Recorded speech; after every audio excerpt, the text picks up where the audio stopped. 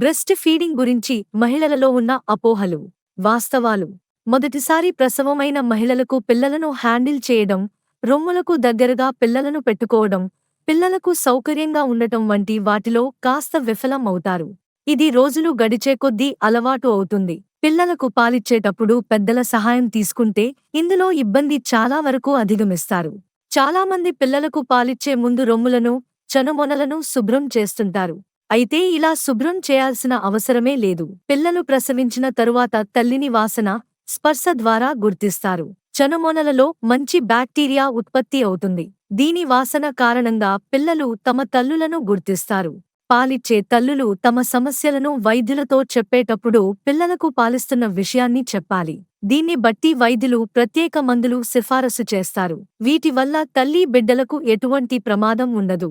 చాలామంది మహిళలు తమకు పాలు తక్కువ పడుతున్నాయని, పిల్లలకు సరిపోవడం లేదని అంటారు. అయితే ఇది చాలా వరకు అపోహే. బిడ్డను రొమ్ముపై సౌకర్యవంతంగా ఉంచుకుని పాలివ్వడంలోనే చాలా వరకు పొరపాటు చేస్తుంటారు.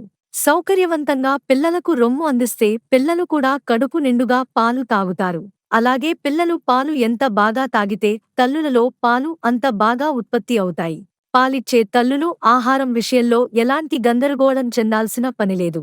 అందరిలానే పాలిచ్చే తల్లులు కూడా సమతుల్య ఆహారం తీసుకోవాలి. తల్లులు ఆరోగ్యంగా ఉన్నంతకాలం వారిలో పాలు ఉత్పత్తి కావడంలో సమస్యలు ఎదురే కావు.